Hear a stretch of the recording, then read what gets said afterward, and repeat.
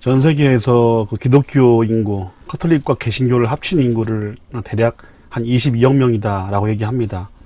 아마 그 종교에서는 가장 많은 인구수를 지니고 있는 종교가 되겠습니다. 특별히 개신교 프로테스탄트라고 하죠. 개신교를 프로테스탄트라고 하는데 그 뜻은 저항자라는 뜻입니다. 그러니까 카톨릭에 반대했다, 막 그런 의미인 것 같아요. 개신교가 우리나라에서는 주로 이제 프레스비테리언, 즉 장로교회가 많이 이제 분포되어 있습니다. 전 세계적으로는 침례교가 좀 많은 편으로 알고 있는데, 베프티즘이. 근데 우리나라에서는 장로교회가 되게 많죠. 장로교회 하면 떠오르는 인물이 당연히 칼빈입니다. 뭐 칼뱅이라고 부르죠. 칼빈 하면 떠오르는 게 뭡니까? 다 예정설이라고 합니다. 예정론. 근데 제가 공부를 좀 해보니까 칼빈이 뭐 지옥 갈 사람을 하나님께서 따로 정하시고 뭐 천국 갈 사람을 정하시고 그거는 예정론이 아니에요. 그게 아니라 그 하나님의 주님 되심, 즉 주권에 대한 강조를 하다 보니까 결론적으로 예정론이 나오게 된 거예요. 제가 공부한 바는 그렇습니다. 칼빈주의는 하나님의 주권에 대한 그 강조를 하는 신학이기 때문에 그 하나님의 주권을 강조하다 보면 예정론에 대한 얘기를 안 할 수가 없어요. 자, 아무튼 예정은 하나님께서 말씀하신 말씀에 기록되어 있죠. 에베소서 1장에 보시게 되면 영원 전부터 하나님께서 우리를 불렀다, 그런 말씀이 있어요. 그렇지만 불렀는데 누구는 안 불렀다, 또 그런 말씀도 없어요. 성경에서는 예정을 말씀하지 론을 말씀하지는 않습니다. 근데 이제 그 말씀을 아니 천국 갈 자가 있으면 지옥 갈 자가 있는 거 아니야? 이건 우리의 논리죠. 그렇죠? 그러나 심판은 하나님께서 행하시기 때문에 우리가 그걸 가지고 정확히 뭐가 맞다 틀리다라고 할 수는 없습니다. 제가 제 블로그가 있습니다. 네이버 블로그가 있는데 블로그는 네이버인데 검색은 다음에서 더 쉽게 되더라고요. 다음에서 변상규라고 치시면 변상규 교수의 열린연구실이라는 그 블로그 나옵니다. 클릭하시게 되면 죄송합니다. 많은 내용을 볼 수 있는데 제가 오늘 그 노아의 홍수에 대한 얘기를 올렸어요. 무슨 말이냐면 우리가 생각할 때 노아의 홍수 이야기를 얼핏 생각하면 하나님께서 인간들의 죄악을 보시고 싸그리 그냥 야 이런 인간들이면 싸그리 없애버리자, 분노하시고 진노하셔서 없앴다, 그렇게 노아 홍수를 이해를 많이 하셨을 거예요. 저도 그렇게 이해를 한 측면이 있었습니다. 근데 공부를 해보니까 그게 아니었어요. 성경 어디에도 하나님이 화가 나서 인간들을 뭐 홍수로 쓸어버렸다, 이런 기록이 없어요. 오히려 어떤 이유가 있냐면 홍수 사건이 존재는 맞는데 하나님께서 인간들의 죄악을 보시고 그리고 인간들이 품는 마음들이 다 악한 것을 보시고 하나님께서 마음속에 근심하시고 또 한탄하시고, 그런 표현이 나와요. 성경 말씀에 창세기 6장에 하나님이 마음에 근심하시고 한탄하시고. 그러니까 대홍수의 사건은 하나님의 진노의 결과가 아니라 하나님의 근심과 한탄의 결과로 나온 사건이라는 거예요. 이게 중요한 포인트입니다. 자, 그런데 어떤 분이 저의 그 글에 댓글을 달아주셨는데 의미 있는 댓글이었습니다. 아니 그렇게 근심할 걸 아시면 하나님께서 전능하신데 굳이 왜 인간을 만들어 놓으시고 굳이 왜 그렇게 이 세상을 창조하셨느냐, 그런 말씀을 댓글로 주셨습니다. 좋은 질문이었어요. 여러분, 성경을 가만히 보게 되면 예지와 예정이 있어요. 이게 무슨 말이냐면 하나님은 인간이 선악과를 이렇게 만드시고 인간을 지실 때부터 그럼 자유의지를 줘야 되잖아, 인간한테. 로봇가 아닌데. 하나님만이 누릴 수 있는 그 능력이 자유의지예요, 여러분들. 자유의지는 인간의 것이 아니에요. 신적 속성이죠. 하나님이 가지고 계신 속성.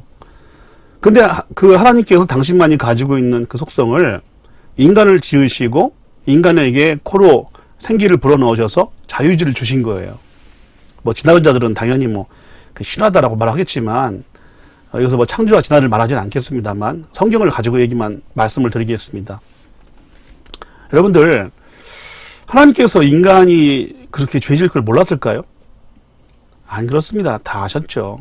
그걸 예정이 아니라 예지라고 합니다. 가룟 유다가 예수님을 팔 것을 예수님 모르셨을까요? 아셨죠, 이미. 그 예정하신 거예요. 예정하셨다면 십자가는 짜고 치는 고스톱이에요, 한마디로. 그 말이 안 되잖아요. 유다가 예수님 팔 것을 예지하셨죠. 미리 아셨죠. 그래서 유다한테 뭐라고 하셨습니까? 유다야, 넌 태어나지 않으면서 좋을 뻔했다. 이게 무슨 말인가요? 어차피 유다가 안 팔아도 예수님 십자가에 죽으세요. 인간의 구원을 위해 오셨으니까. 근데 유다는 예수님 팔아서 자기 영혼을 망친 거 아니에요. 그러니까 예지와 예정은 구분을 해야 됩니다. 근데 어떤 분들은 그렇게 말을 해요. 아니, 신이 존재한다면 왜 굳이 그렇게 자유의지란 걸 주시고, 인간에게 이렇게 어려운 일을 겪게 하셔서, 죄를 짓게 만들었느냐, 이렇게 말을 하는데, 참 그 부분은 어려운 부분입니다. 근데 여기서 제가 그런 말씀을 드릴 수 있을 것 같아요, 여러분들. 저는 이제까지 신학대학에서 혹은 교회에서 제 나이 먹도록 들어온 게 뭐냐면, 인간이 선악과를 따먹은 아담과 하와가 따먹은 죄는 교만합니다. 하나님처럼 되려고 했던 교만합니다. 그게 뱀이 이렇게 선동을 했으니까 유혹을 했고. 근데 저는 그 원죄라고 하는 것이 교만함과 어떤 그런 하나님처럼 되려는 욕심만 있다고 보지는 않습니다. 그건 당연히 전제하고요. 원죄가 뭐냐면은 저는 여러 가지로 해석할 수 있는데 두 가지만 말씀드리겠습니다. 첫 번째는 미숙함이에요. 아담과 하와는 배꼽이 없었다 그런 말이 있죠. 왜냐하면 그 배꼽이라고 하는 것은 이제 엄마 자궁에서 나와야 되는데 아담과 하와는 그렇지 않았으니까 배꼽이 없다는 말이 있어요. 아무튼 아담과 하와는 그 굉장히 성인의 몸으로 지음받았지만 또 아담 같은 경우는 동물의 이름을 지을 만큼 뛰어난 지능을 지니고 있었죠. 그 잠시나마 하나님께서 허락하신 에덴 동산의 청지기로서 다스리고 정복하라 모든 거를 뭐 짐승이며 모든 걸 이렇게 다스리라는 말씀을 듣고 다스릴 수 있는 능력이 있었을 겁니다. 근데 문제는 뭐냐면 분별력이 없었어요. 지혜가 부족했어요. 예. 왜냐하면 고생을 안 하시잖아요. 고생.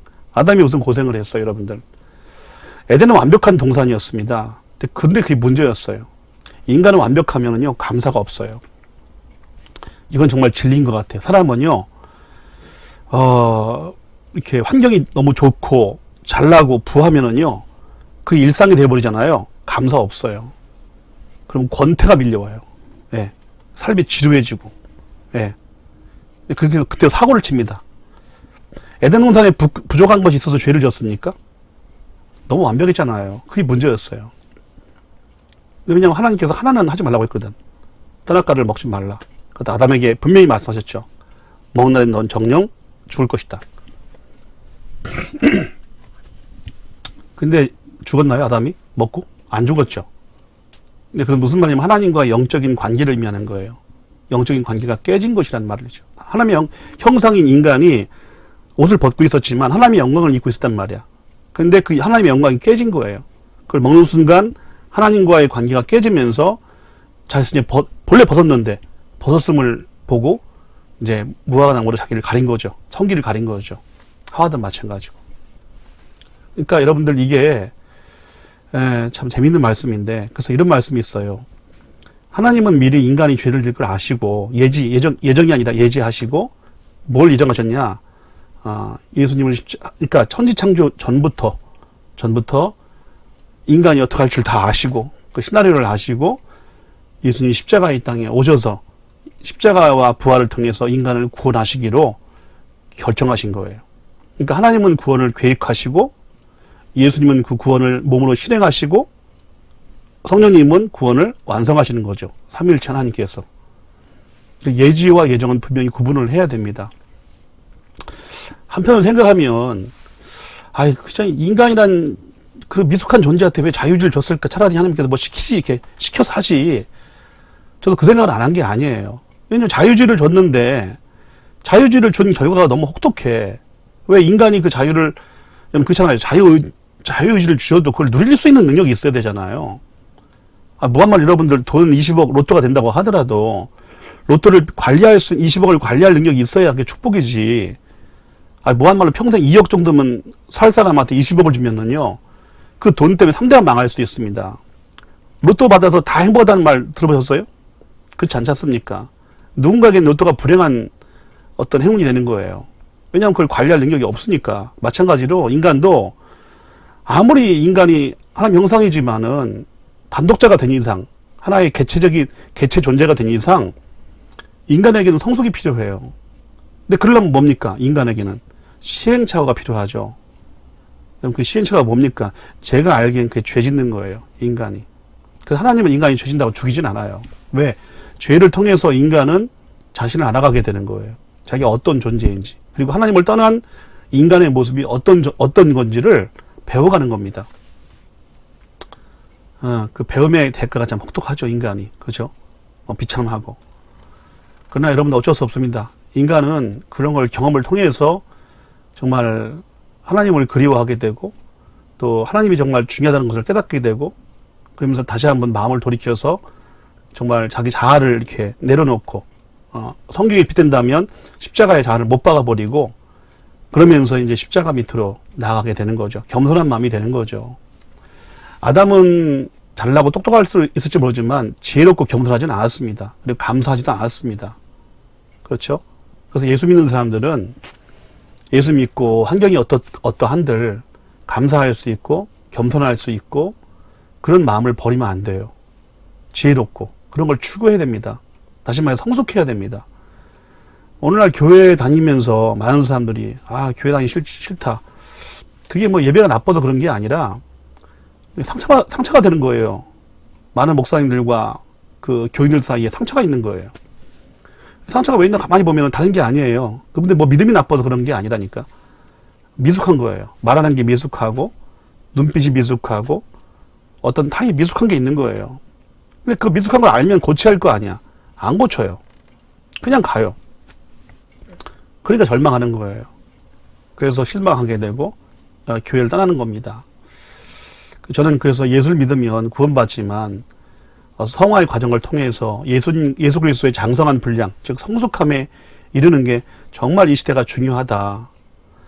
저는 오늘날 많은 교회들이 어려움을 겪고 있습니다만 참 교회 수준이 그렇죠. 뭐 좌파우파 나누고 지금도 한심한데 제가 하고 싶은 말은 뭐냐면 교회들은 여러분들 정말 성숙을 지향해야 돼요. 예수님이 장성한 분량에 이르러야 됩니다. 생각하는 것이 성숙하고 말하는 것이 성숙해야 돼요. 성숙하면 사람들이 교회에 나옵니다. 저는 확실합니다. 미숙하니까 교회에 안 가고 싶은 거예요. 너무너무 하는 짓이 유치한데 이기적인데 누가 교회를 가려고 하겠어요. 그러니까 정말 중요한 거는 성숙해야 돼요. 성숙하면 사람이 다 자유로워집니다. 성숙한 사람은요 막히는 게 없어요. 걸리는 것도 별로 없고요. 근데 미숙하면 다 걸려요. 다 힘들고 인생이. 그래서 우리가 미숙해서 성숙으로 가려면 한번 자아가 깨진 경험을 해야 돼요. 자기를 객관적으로 바라봐야 돼요. 내가 이런 인간이었구나. 내가 이런 한심한 측면이 있었구나. 내가 이런 어떤 오만함과 고집이 있었구나. 내가 나도 모르게 이렇게 일방적인 면이 있었구나. 내가 정말 모르는 면이 내가 이렇게 있었구나라고 자기를 이렇게 볼 수 있는 눈이 열려 있어야 돼요. 그게 없으면 성숙이 아니죠, 당연히. 자, 오늘 말씀을 드렸는데 요약하겠습니다. 하나님은 인간의 죄악을 예지하셨지 그 죄를 무슨 덫을 놓듯 예정하신 게 아닙니다. 그건 절대 하나님에 대한 오해입니다. 그리고 노아 홍수 사건은 하나님께서 인간을 저주해서 그런 게 아니라 마치 이거하고 똑같은 거예요. 하나님께서 인간들을 보시고 그 죄악을 보시고 마음에 한탄하시고 근심하시사 그런 말씀이 무슨 말이냐면 여러분들 자식을 키워본 분은 알잖아요. 내 말 듣습니까? 듣는 아이들도 있겠지만 어떤 아이들은 안 들어요. 정말 징글징글하게 안 들어요. 그 부모가 소리를 치기도 하고 화를 내기도 하죠. 듣습니까? 아이들이 또 안 듣죠. 그때 부모가 밤새 끙끙 앓죠. 저를 어떻게 할까? 내가 소리는 쳤지만 이걸 어떻게 해야지? 여러분들 그 심정을 생각하시면 딱 좋아요. 그게 하나님 마음이라고 하는 거예요.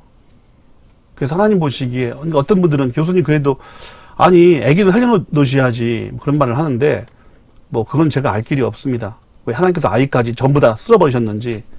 근데 분명한 건 뭐냐면 악한 자가 키운 아기는 타블로라사란 말을 하잖아요. 빈서판이라고. 다시 말해서 아기는 흰 백지와 같단 말이지. 그러나 그 백지에다가 뭘 쓰냐에 따라서 달라지는 거예요, 인간이. 근데 악한 부모가 계속해서 그런 아기를 키운다고 할 때 그 아기가 선한 아기가 되겠습니까?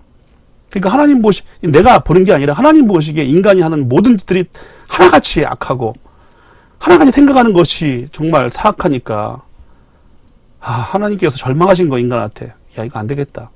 그리고 마음속에 근심하시고 한탄하십니다. 여러분들 신이란 존재가 전능하기만 하신 줄 아셨죠?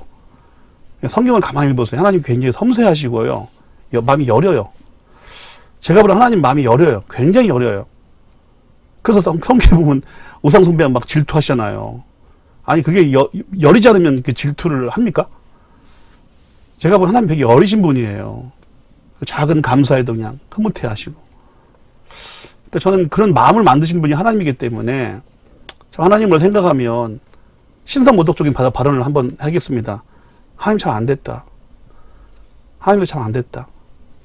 그냥 어떻게 인간을 만들어 놓고 그냥 고생하셨을까. 삼위일체 하나님만으로도 충분하게 완벽하신 하나님이신데, 만족하신 하나님이신데, 하나님도 사랑이시기 때문에 사랑은 뭡니까? 대상이 있잖아요. 사랑할 대상이 필요하잖아.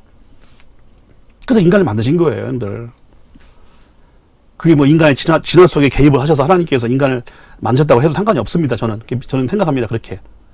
그러니까 중요한 건 뭐냐면, 하나님이 진짜 당신 스스로도 완벽하신데, 굳이 인간 만들어 놓고, 뭐 하나 그렇게 얻으시는 게 없잖아요. 하나님이 뭘 얻으셨어, 인간한테.